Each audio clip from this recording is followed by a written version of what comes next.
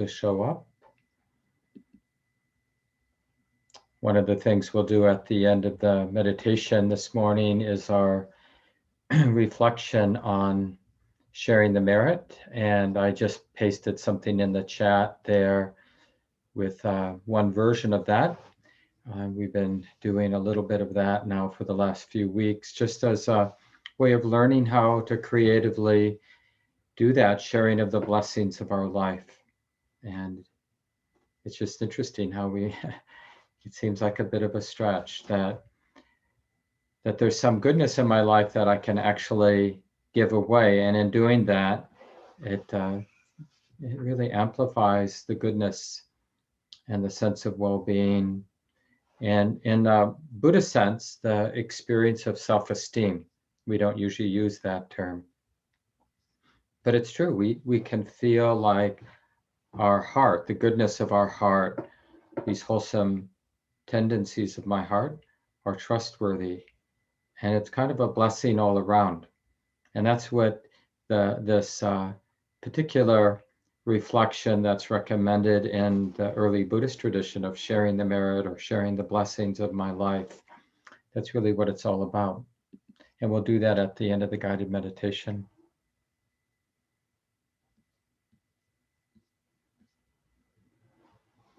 So while we're waiting for a few more folks to join in, just compose yourself as best you can in your sitting posture.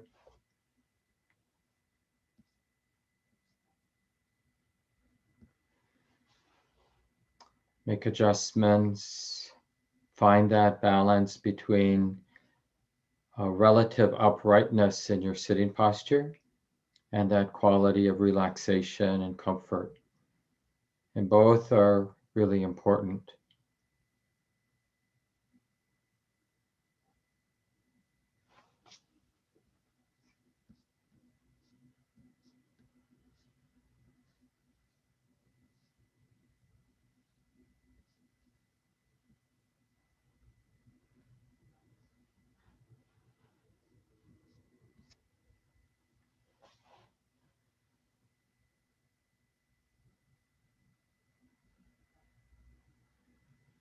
And as we're settling and the body is feeling willing to be relatively still for the duration of the 35-minute meditation period, we can practice one of the paramis that we've been learning, the parami of determination or resolve. It's interesting, even just hearing that word, resolve or determination, can sort of evoke a kind of tightness. But it's really a beautiful quality, like, oh yeah, it's nice to hold the body still.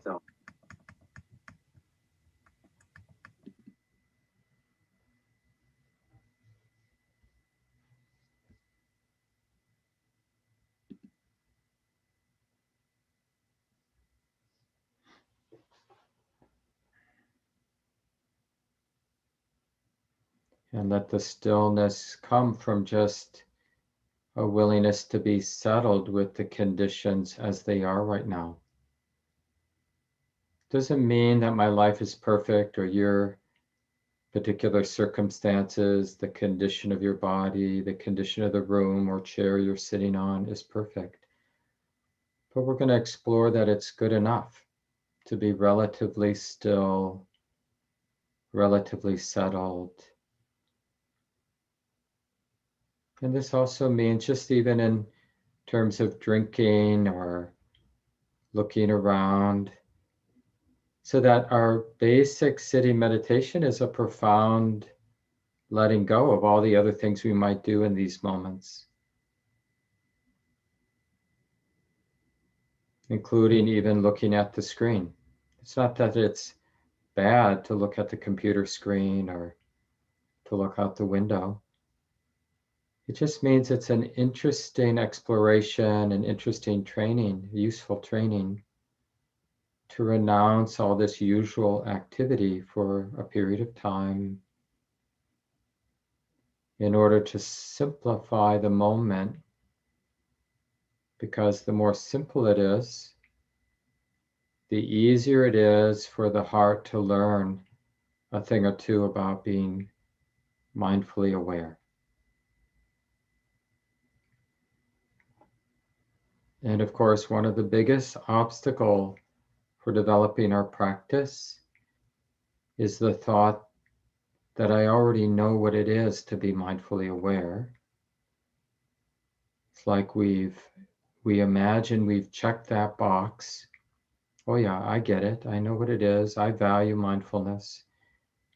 And then we sort of put it on our shelf somewhere and we get on with our life, all the other things we want to think about or do or whatever.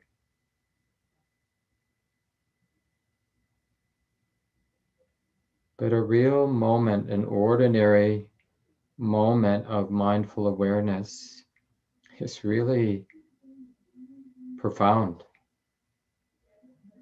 profoundly liberating.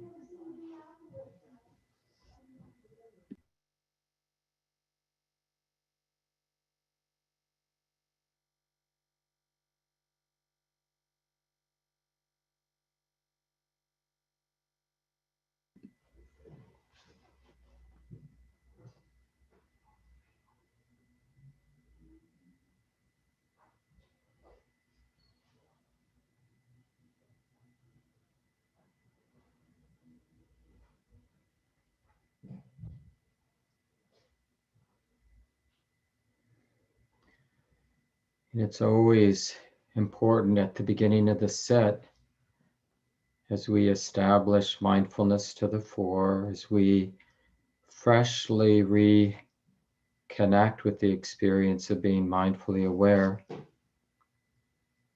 it's really important to touch into the pleasure, the wholesome inner pleasure of being present in this mindful way, in this balanced, clear, kind way. That in the most simple sense, it feels right, it feels good. Or you could say it's healing to be present in this mindful way. This non-judging, not being in conflict with the moment as it is. Instead, we're mindfully aware. In a way, it's the opposite of being in conflict with the moment, to be mindfully aware. Because wisdom understands that, yep, it's like this now. And given all the causes and conditions, this is the only way this moment can be. So the only thing that makes sense is acceptance. Doesn't mean we give up on participating in life and bringing wholesome, supporting conditions for change, positive change. It just means that right now, this moment is the way that it is. And I have this choice. We all have this choice to be in conflict with the moment or to be intimate, to be open, to be feeling what is here to feel, and to be doing our best to truthfully acknowledge, not in a conceptual sense, but just in a more direct, immediate sense, truthfully acknowledge it's like this now, feels like this now. And the body, quality of the heart and mind, it's like this now. And can it be okay that it's like this? Or do I, because of habit, need to be in conflict, need to be judging or resisting or getting tight? And this is what we're exploring, moment by moment. Of course, using the experience of embodiment, the sitting body, and for some more specifically, the breathing body as a very useful training ground for the continuity of mindful awareness.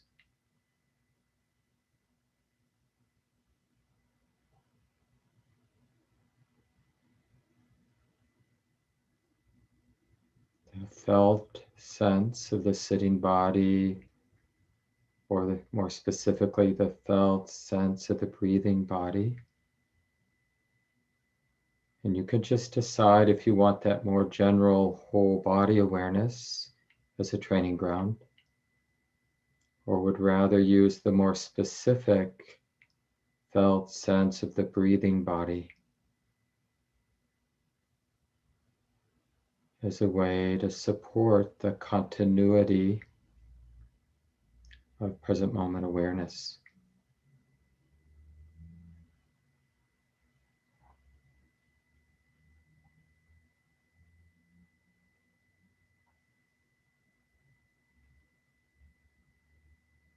And it's not enough to make peace or to be accepting in one moment. It's really a moment by moment practice.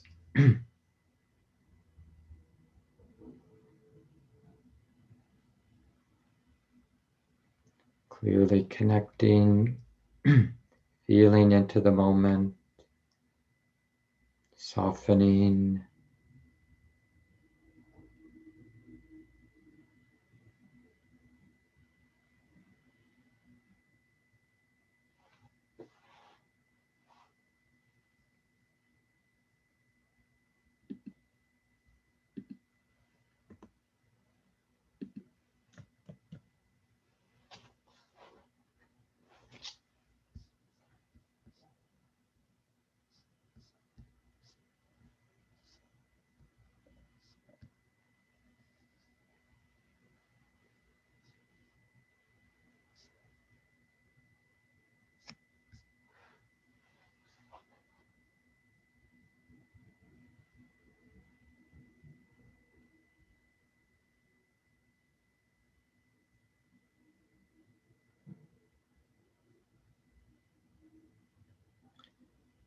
and as we continue to cultivate this present moment awareness of the body, of the breathing body, just in a relaxed way, we're going to bring to mind the 10 paramis, these beautiful qualities of the mind, and just see how they are supportive.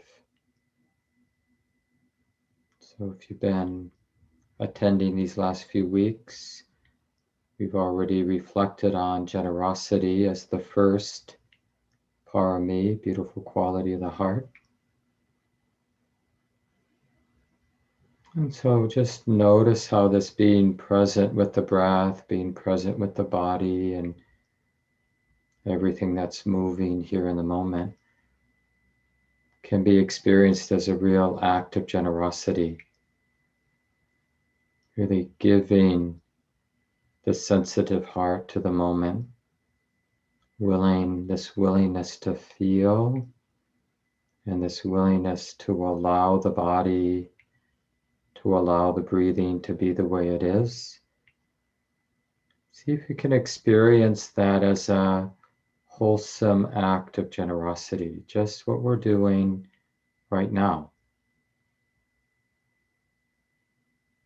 Even fearlessness is an act of giving, act of generosity.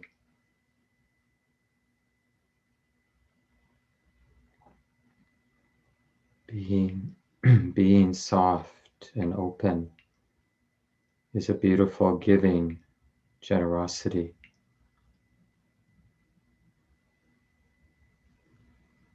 Interest is a beautiful gift. Patience is a beautiful gift to give.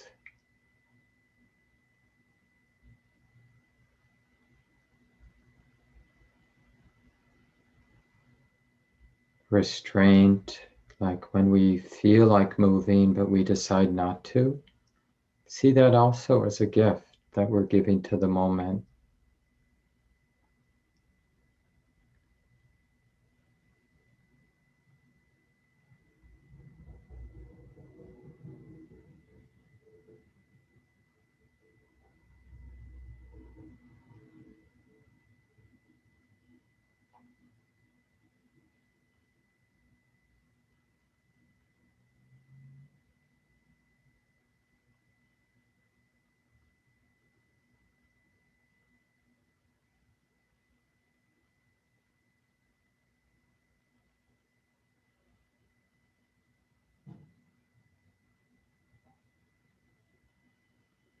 So we're simply experiencing this present moment awareness as an act of generosity, not just to ourselves, but it's really felt as a gift to everybody, everything.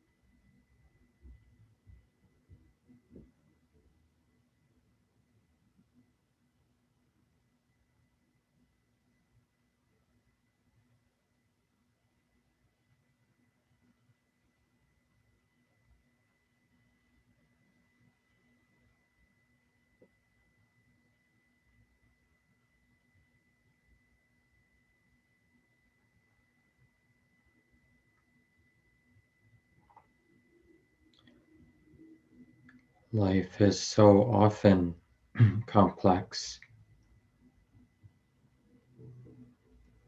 but there's always this option to be generously present with the body and generously present with the breath in the body and generously present with whatever the heart is feeling. And even if we don't have any additional clarity, just this much is really wholesome. And in that sense, beautiful and enlivening. And what we say in Buddhism is onward leading in the direction of deepening happiness and release. Just this willingness to generously show up to our life, starting with the experience of the body, the relatively still, relatively upright, sitting body here, breathing body.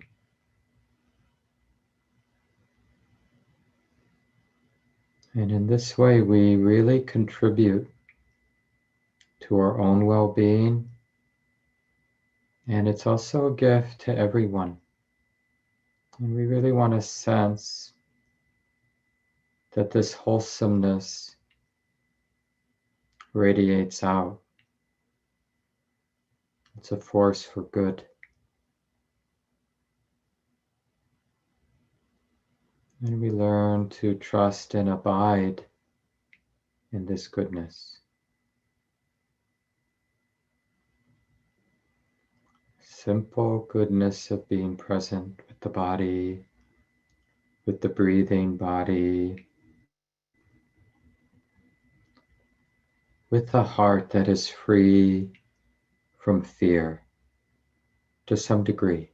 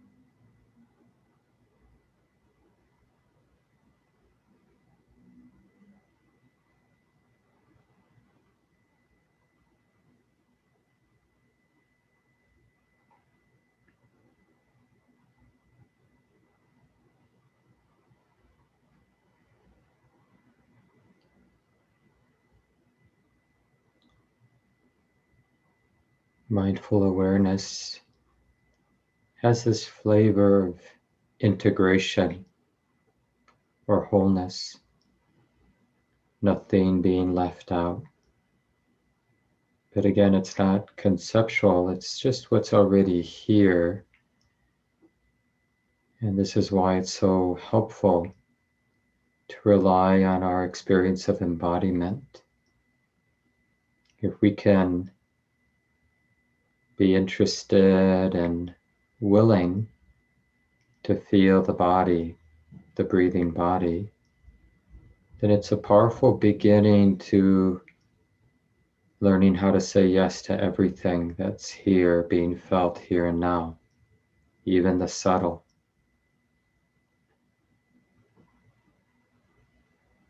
And learning how to stay interested, not to indulge in the calm or tranquility, but to balance the tranquility with a deepening interest in brightness, openness, sensitivity.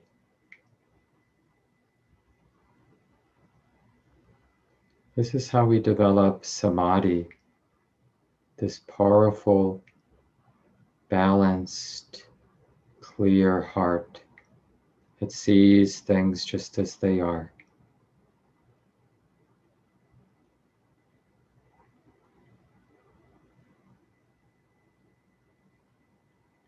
Moment by moment by moment.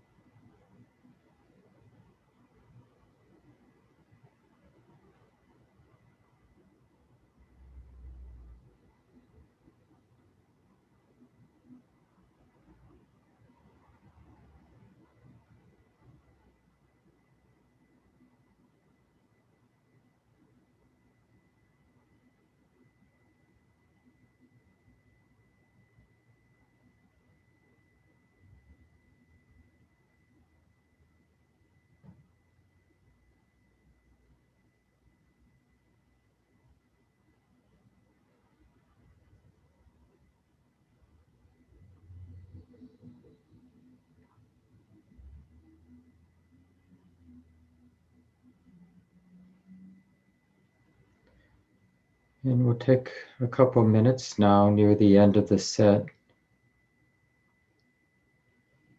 to learn how to recognize the other paramis that have naturally begun to show up here in the heart. So we have this quality of generosity, generously showing up here, feeling what's here in the moment. We have the integrity of non-harming. This is sila, or morality. But just the deep valuing, the deep desire not to cause myself or anyone harm. Not wanting to contribute to more suffering for myself or others. So there's a lot of integrity already here, because sitting like we're doing, we're not setting in motion more suffering. And we can appreciate that integrity of non-harming.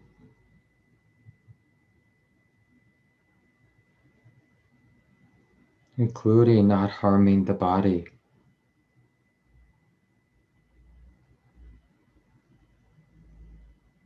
There's the parami of renunciation, which is really this wisdom, intuition, that letting go is really helpful. Putting things down.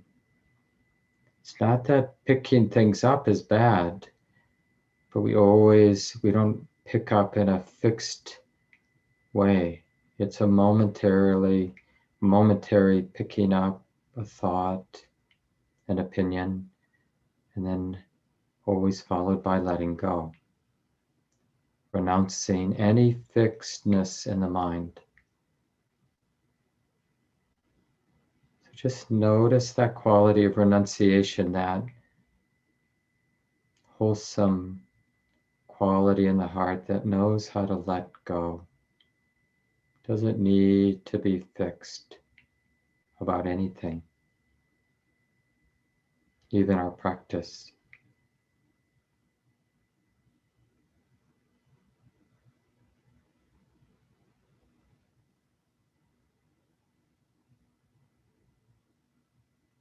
And this, of course, leads naturally to the parami of wisdom, which just is this deepening understanding of karma or conditionality, cause and effect. Things are unfolding lawfully. And I can learn to participate, to be with this lawful unfolding in a way that leads to release, as opposed to a way that causes myself and others problems. So wisdom here is really learning how to participate in the lawful unfolding of life. There are ways to be skillful and ways to be unskillful, and I'm beginning to know the difference.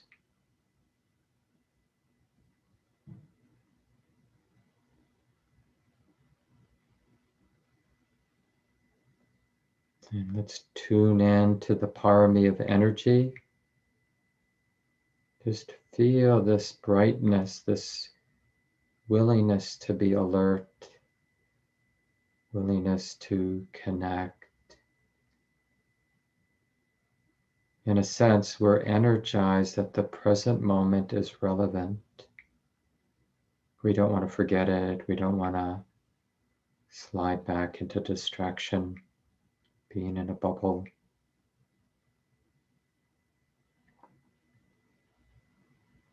Feel that energy that allows the mindfulness to persist moment to moment.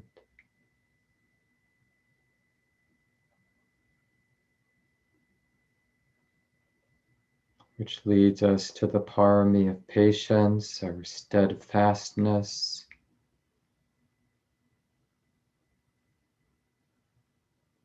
It's really a wisdom. Patience is a wisdom that understands that everything will be revealed if the heart is steadfast, really trusts the power of wisdom and awareness, and hangs in there.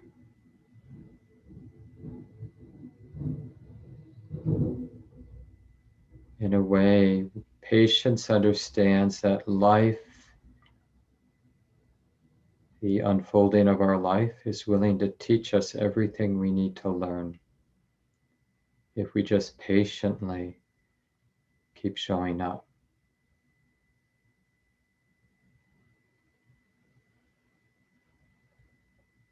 And the parami of truthfulness, which is really about curiosity and humility. Knowing that we don't know is the prerequisite for seeing the truth and for the deepening of insight.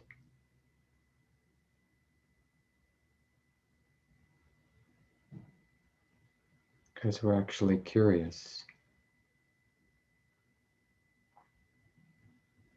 And there's the parami of determination or resolve. Once the heart understands the value of being mindful,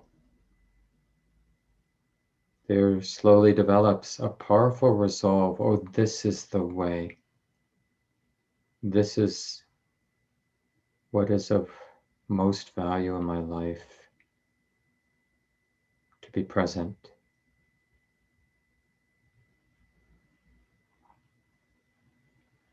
Which clarifies the next parami of kindness, because we do this because we care about our own well-being and the well-being of others. all of the development of our heart is because we care about this life, about suffering and the end of suffering.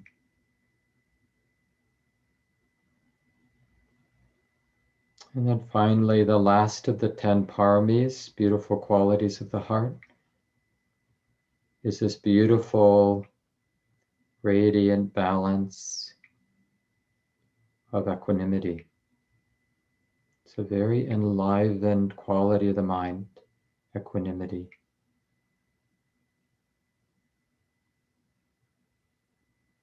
It's from this peaceful place of equanimity that life reveals everything that needs to be learned. So we let life, nature be nature, from this place of beautiful balance, equanimity. And then we see all the ways that suffering arises and all the ways that suffering can cease. Things get clearer and clearer because the heart is learning how to abide in equanimity. And it's you could say, the perfect place to learn. It's the deep grounding of learning and insight, equanimity. So just end our sit now by just tasting, if you can, that beautiful, radiant balance of the heart and mind.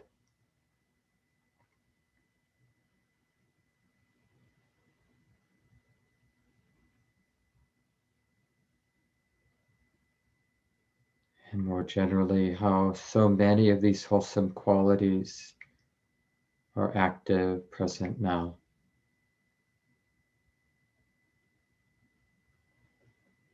And so, as I said, we'll do that sharing of the merit or sharing of the blessings of our life reflection now. I'll do it out loud, but I really encourage you every day before you go to bed, when you wake up, after your sit, to take a minute or two and just to creatively find ways to do the reflection that are meaningful for you. So here's a traditional way to do it. Having sat together for 35 minutes, the fact that all 115 of us have showed up, this is a lot of wholesomeness. All the wholesome qualities of the heart that have been developed during this meditation time. These are truly good, wholesome, not bad. And there have been many, many blessings in my life, moments of patience, moments of kindness, moments of restraint, moments of clarity and wisdom. And I'm just going to acknowledge through these years all of the goodness in this life. And may all of this goodness be acknowledged and happily shared.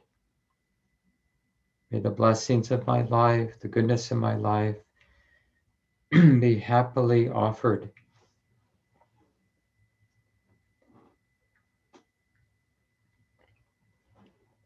to my parents, wherever they may be, even if they've passed away already, to all my benefactors, all my teachers and mentors who have supported me in my life, my friends, all those that I support. May the goodness in my life, all the blessings in my life, be a cause for support for all beings without exception. May this be so.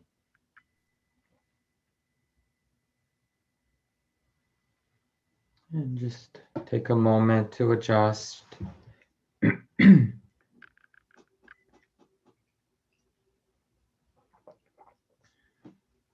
as I mentioned, I put into the chat, and I'll do it again for anybody who came late, the one version of that sharing of the merit.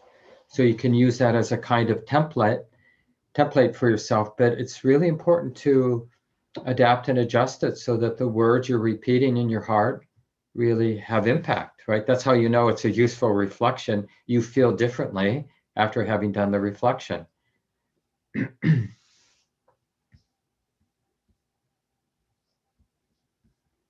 So a big welcome, really nice to be back.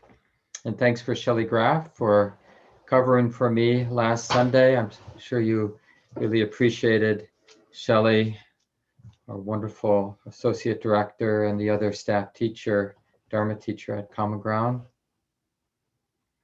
And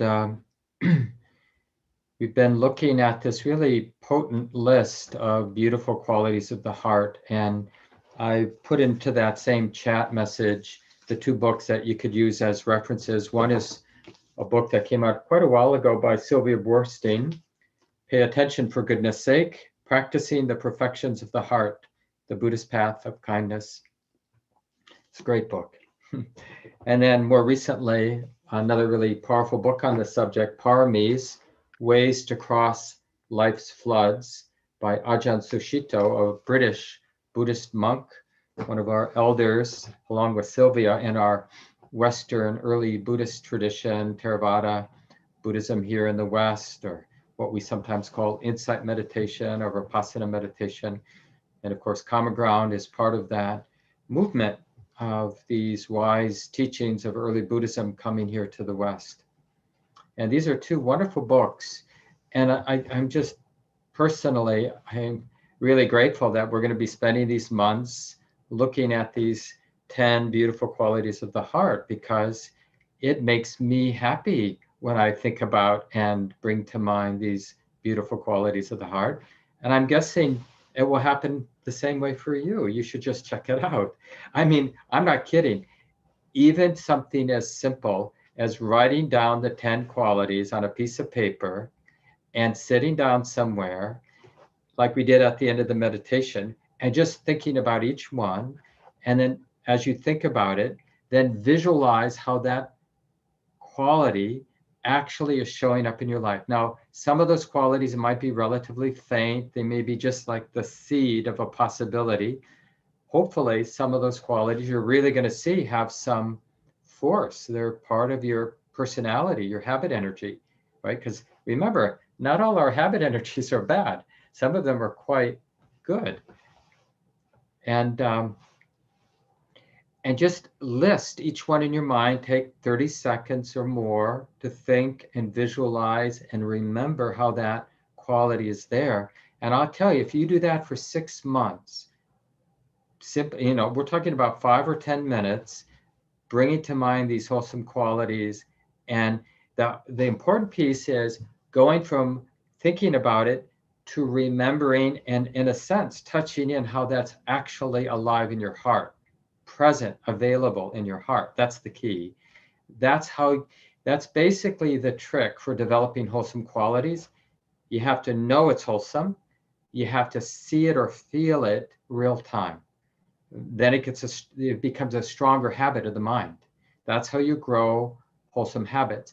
Now, the wonderful thing is there's a built-in feedback mechanism, which is wholesome qualities by definition feel good. Now, that doesn't mean that there isn't pushback. Like if you really want to take something that's not yours, i.e. steal, and then the wholesome quality of sila, we call that morality or ethical conduct or the integrity of non-harming, or I like to call it, just because it sort of operationalizes it, deeply valuing non-harming, right? But it kicks in, and so we restrain ourselves from taking something that's not ours. So there might be like, oh, but I really wanted that.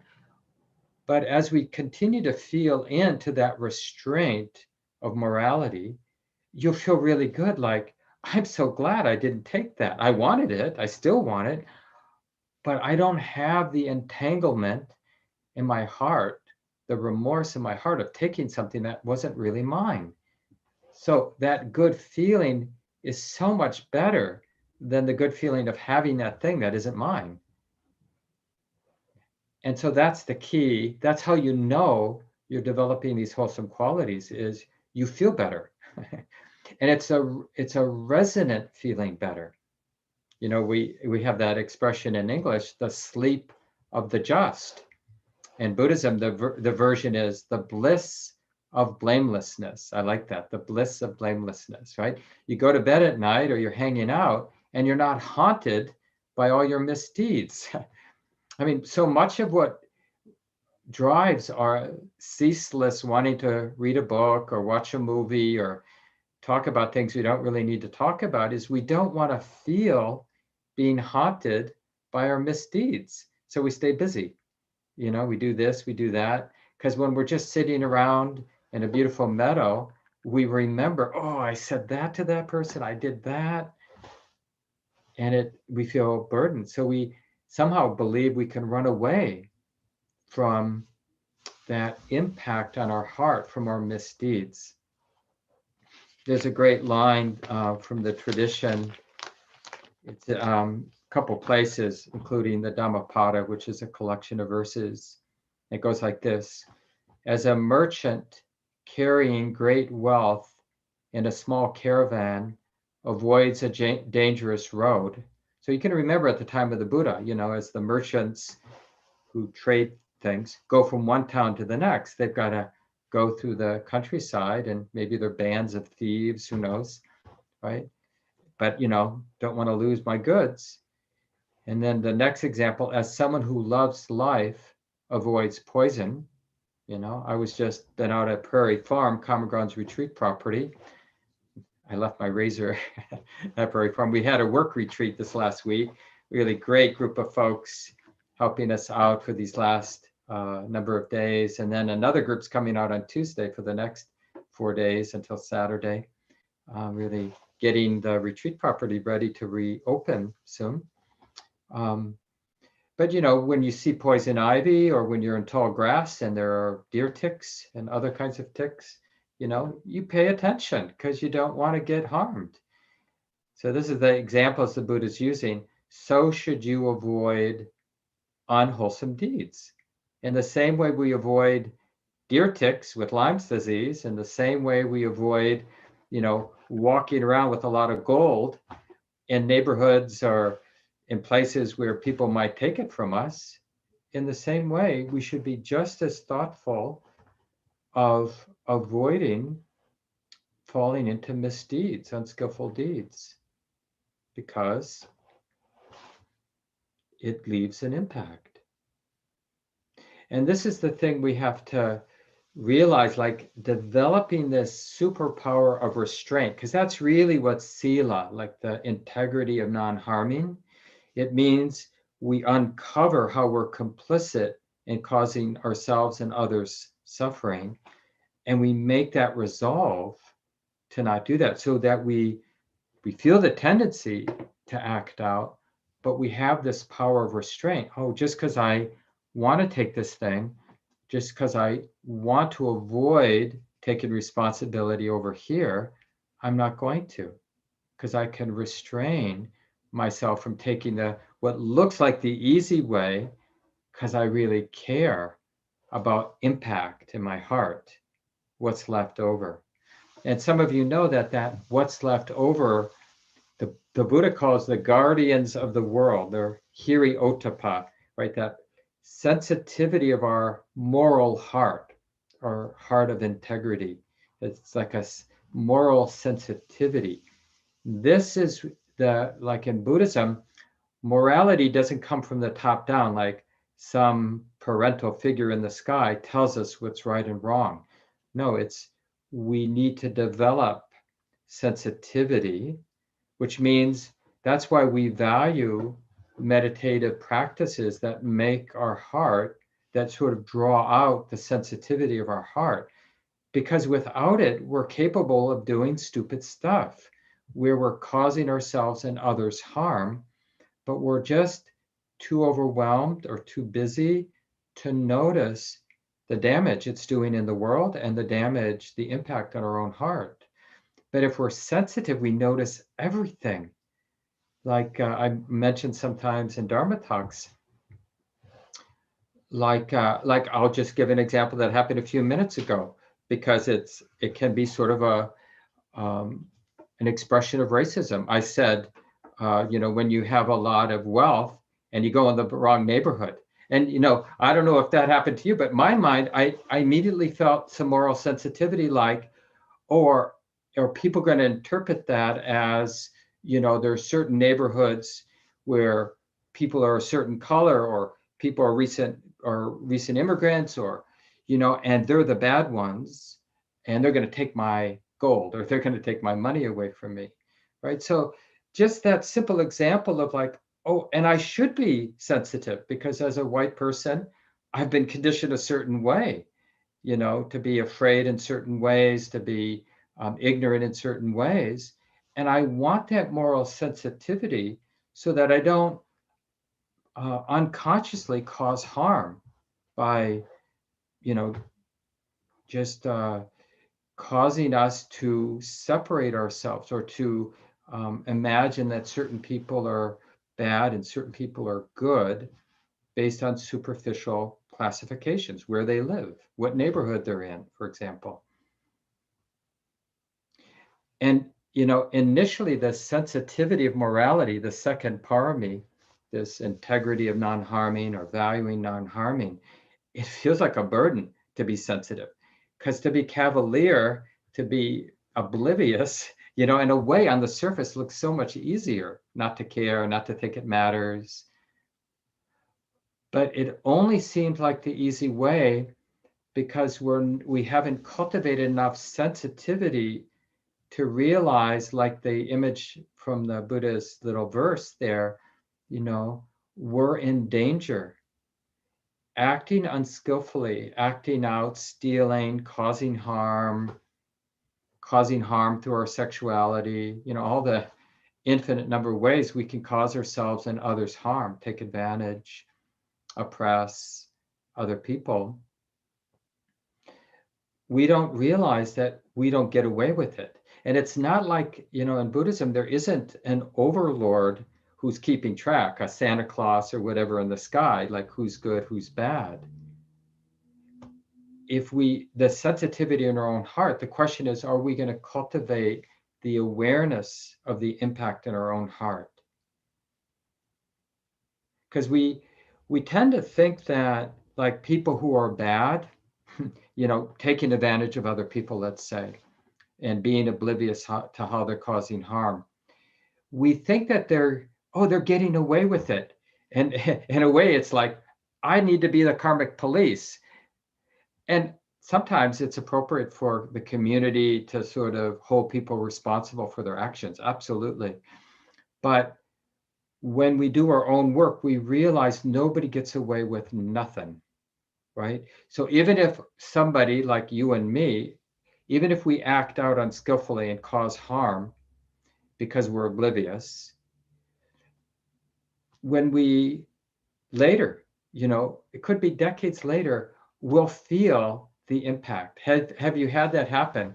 Like, this happened to me recently, um, it's like I had given myself a pass from some of my early relationships in high school, and just being a guy, somebody in a male body with male conditioning, and clumsy around relationships and sex, and throw in some alcohol. It's so easy to be oblivious to the sensitivity of the other person. And so I'm 63, so that we were talking about 17, when I was 17 or so, and some of my first experiences with a partner, and just realizing, like, what a jerk I was. And and just like, because it's so easy for me to just, and it's true, yeah, I was a young guy, doing my best. So I get that. That's also true. And it's appropriate for me to feel the impact. Oh yeah, because it's that moral sensitivity that helps make me more careful now. And I want to be more careful now. I don't want to act out my maleness. I could still do it at 63, my male conditioning, or any, my white conditioning, or my, somebody with power, or somebody with education. And I can act that out in ways that can cause real harm. And I do, of course, right? And it's all that protects me is a sensitivity. It's like, oh, I am in a dangerous position. Like we got on the roof at the retreat property yesterday, and it's high up there because it's a big building, and and we put in stone, so if you fall, you hit stone, not grass. And yeah, it's amazing how careful you get when you're in a vulnerable position like that, because you're in danger. But it's interesting, like in all of our social interactions, how often do we have that bright, like, oh, I should be careful because I could say something, I could flirt in a way, I could speak in a way, I could refrain from saying something or refrain from doing something in a way or do something in a way that would have real impact on that person or on my own heart. So of course I want to be full of care. I used to say I want to be careful, but that sounds so parental. So it's just like, how can we hold these paramis not as a should that oppresses, oh, now I got 10 things I got to do. Who wants to be a Buddhist when you got all these things? You got to be mindful, then I got to be generous, and then I have to have this moral sensitivity. And there's 8 more things, and then there's renunciation. I got to be wise. I got to be truthful. I got to be patient. I need to be determined. I got to be kind and equanimous and energized. I've got energy, right? And it's like, oh. So all the way through this work, we have to be following the thread of pleasure. It's like these wholesome qualities are self-reinforcing. And then if they're not, then they're not wholesome qualities. Doesn't mean there's not pushback or resistance, but we really want to detect, because the development of these qualities needs to be a natural process that just happens because we care and we're following that thread. It's a thread of pleasure, an inner pleasure. And one of the ways to think about that is learning to distinguish between the kind of superficial pleasure of having a lot, like, when we think about wanting to survive, and that might include like having lots of friends. So it's not just having a lot of wealth or a lot of health or a lot of whatever, a big car. But that's one kind of way that we feel safe. But when we look at that sort of more ordinary way to feel safe, it actually comes with a shadow. Because, when I have a nice car, then I'm afraid someone's going to scratch it or, do something to it. So there's a vulnerability that comes with that. So the development of these 10 qualities, like nobody can take, like if I develop a really deep wholesome habit of generosity and this valuing of non-harming, this sensitivity to how I might be complicit in the suffering of others and myself as well, then nobody can take that away from me. It's not vulnerable to loss.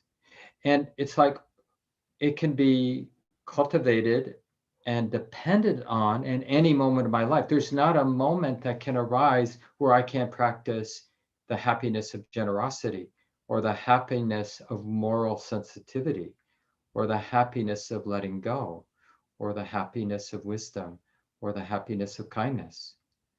So this is like it's a much more dependable thread of pleasure, because it's what we call in Buddhism, it's not circumstantial, it's not conditional. And that's the whole, excuse me, shift in allegiance. from pleasure that's based on conditions, like having a fortress house and a big car and big muscles and lots of friends. And, it's like this pack rat mentality to feel good, right? Which actually makes us vulnerable, because as long as my safety is external, then I'm vulnerable, because on some level we realize I can't hold on to it. I can't protect it.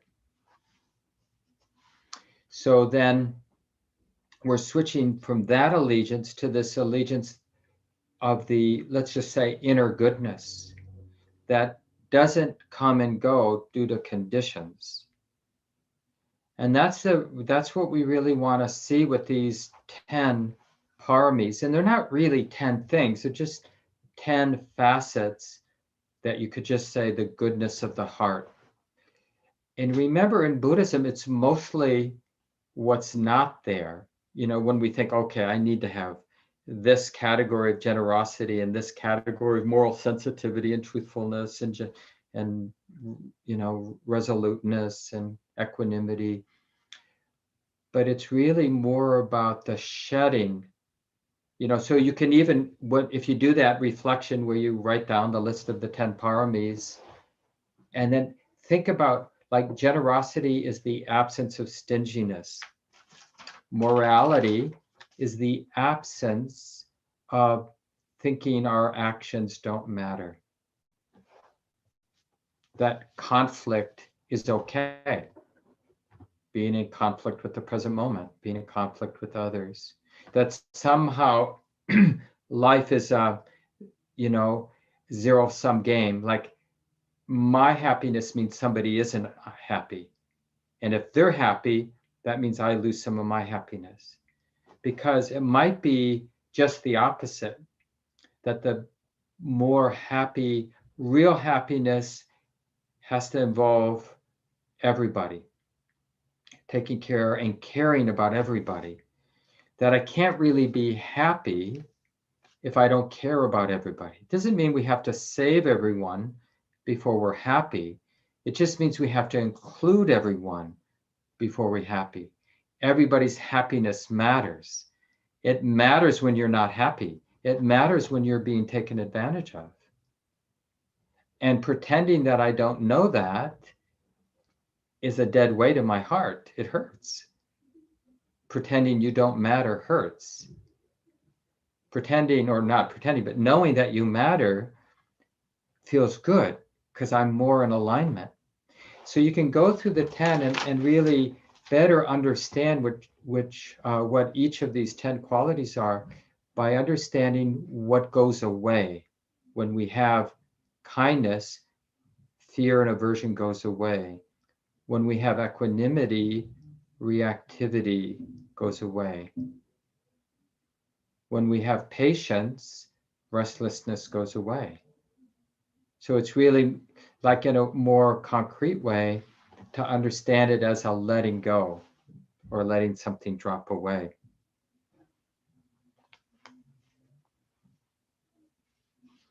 When you start to explore sila as one of the 10 paramis, this moral sensitivity, in the tradition they talk about it as a beautiful scent.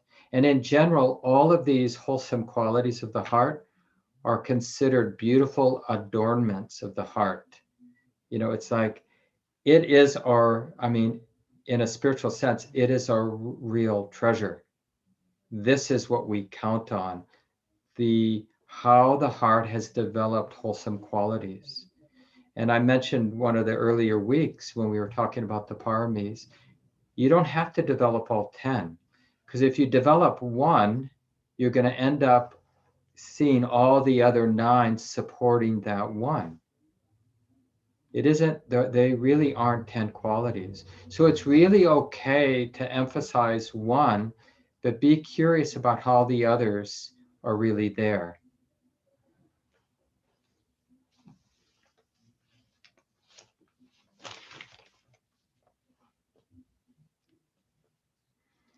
Yeah, and so I was mentioning that in the early tradition, they talk about developing this moral sensitivity as a kind of scent, a smell that goes everywhere.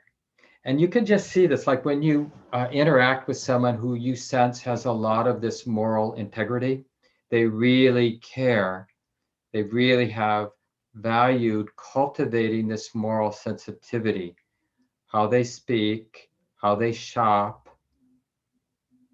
sort of how they earn their living, all those sorts of things are sort of infused with this moral sensitivity because they care, right? And you can see now you might not use the word a beautiful scent, but you might just like there's something unmistakable, some quality that makes that person trustworthy because they've been over a long period of time deeply valuing non-harming in their speech, in their actions, and in their thoughts. And you'll see that like it's a real gift. Like they're giving you the gift of, hey, honey, you can trust me because I've been working on this moral sensitivity. And that doesn't mean I'm perfect, but it means like sometimes it's interesting in our culture in the West, we have this phrase like a goody goody, someone who's I was sort of that way when I was a kid, just like a little holier than thou, seeing the other kids doing things like not listening to the parents and thinking, well, they're going to get in trouble. And like, and there was some truth. Like my mind was able to read cause and effect. Like you act out like that, and either a teacher or a parent's going to get you, and it's not going to end well. So there's some real wisdom in that. But it doesn't have to be a source of vanity or pride because it can be really more this grounded, like, oh, this is how it works. This is how it works. And when you break the rules in order to get what you want, things catch up with us. Oh, and that it really makes sense for us to figure out, it's never perfect, how to work harmoniously where we're taking everybody into account when we decide who gets to eat or who gets to live here or there, right? We're not leaving anybody out because it's convenient. And so this, just to sort of feel that, there's something very earthy about these wholesome qualities because they draw us into the world as opposed to this shadow that exists not just in Buddhism, but probably every spiritual tradition that's like, get me the hell out of here because it's messy. And I just want to be transcended into one of those beautiful places where everybody has bodies of light and, there's beautiful music and you drink the nectar of the gods. And but these 10 qualities, they really draw us into the messiness, the complexity of the world, but they give us guidance. And it is counterintuitive because our deep habits is to run away from where there's a mess or where there's complexity and just to be solely concerned with our own well-being, our own health, our own safety, and maybe our immediate circle, whatever that might be.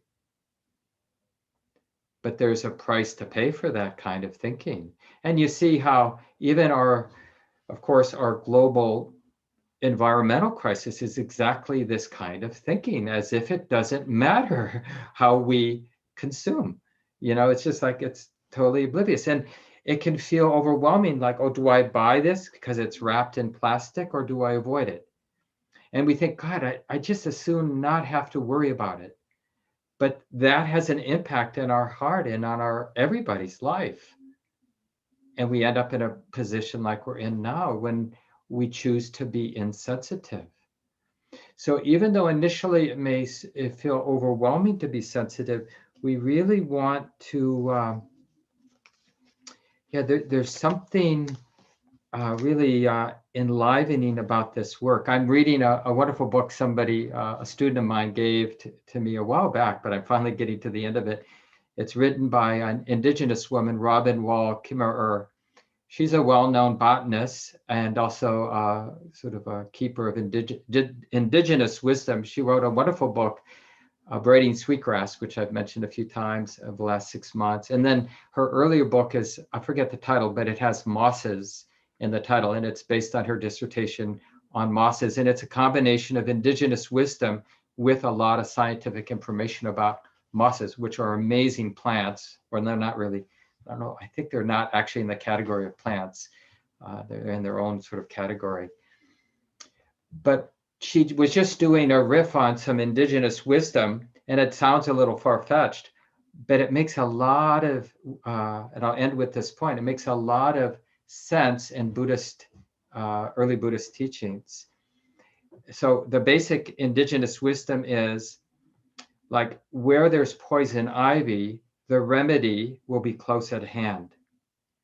And that somehow, like, again, this sounds a little far-fetched, that the plants know where they need to be so they can be useful, right? Because part of indigenous wisdom is really built on this idea of reciprocity. And this fits in with Dharma because the whole world from a Dharmic perspective is sort of a splitting into opposites, and the opposites are dancing around each other. And that's kind of this world, good and bad, dancing around each other. And so this is the world, this is a nice description of morality, like where we learn about the liberation of the heart is right in these moral conflicts. So this is good homework. Like, we'll dig into this over the next few weeks, looking at morality and moral sensitivity. So really resolve now to be curious about any of those tugs in your heart where you feel a little moral sensitivity around speech, around consumption, around sexuality, around power, around dismissing a person or groups of people because you don't get it, or it's complex, or they irritate you, or whatever it might be, you know, where we want to justify throwing somebody out of our heart. And then it's like a little mindfulness bell rings, right? Oh, this is interesting. I want to wake up here. There's something to learn here. And that the tug to act out with greed or hatred, you know, even if it's a mild form of that, the beautiful quality is close at hand. The medicine is close to where the toxin is, right? And that's the real, like, I don't have to be a different person who doesn't want to act out my lust, or doesn't want to act out my greed, or doesn't want to act out my irritation or hate. I can find the resolution, the beautiful quality right where the temptation is. And that's this, someone put the word erotic, and I like that word in terms of Dharma, because there's something like, when we think about erotic tension, there's something in Dharma practice and awakening that is like enlivening in that same way, right? Because there's a mystery close at hand, and it's the mystery of opposites coming together and resolving themselves. And so we need the problems, all of them. And escaping the problem isn't the way. That's how we got here, trying to get the hell away from suffering, as opposed to getting curious about it. So really nice to be with everybody today. Please stay on for just another minute. I just want to make a couple of announcements. So both the city center and our retreat property out in western Wisconsin are going to be opening in the next number of weeks. We're going to actually be able to see each other with our eyes, and yeah, it will be great. But we're going to ease in, and Common Ground is going to be really full of care, because we don't want to be part of transmitting the virus to people who might be vulnerable. And because so much of it, of course, as you've heard of many times, we could be asymptomatic even if we've been vaccinated. So we're still going to be full of care. But in order to really follow over the next weeks, I'm encouraging everybody to get on the weekly email list if you're not. Now we already have a big list. And we're quite disciplined about sending only one email a week because we know everyone's getting way too many emails. And it's just a summary of what's up. And Shelley and I often share some reflections in that weekly email. So it's kind of the main means of communication, as well as our public calendar, which you can find on our website. Those two will kind of help all of us in these next few months, because it's not going to be like we're just going to switch and that will be the new normal. It will be a gradual deepening. And as transmission rates here in Minnesota drop, hopefully, then we'll keep opening up. Shelley will be following a little bit later because they're going to be in Michigan visiting Shelley's father-in-law, Stacy's father, and then on retreat for much of July. So Shelley will be coming in person starting later in the summer. But again, just follow the weekly email. And some things coming up. There's a half-day retreat on June 12th in the afternoon that I'll be leading. We have our community practice intensive every June and every December. So the June one is starting on Monday the 7th. You can find more information on the calendar about that. By the way, to get on the weekly email, you can send the office an email and ask, or just go to the website under community, which is one of the main menu items. One of the drop-down items will be joining our weekly email, and you can just leave your email there, and then you'll automatically be put in that. And we're always looking for people to cook for our retreat property, and you can just contact Gabe in the office to get more information about that.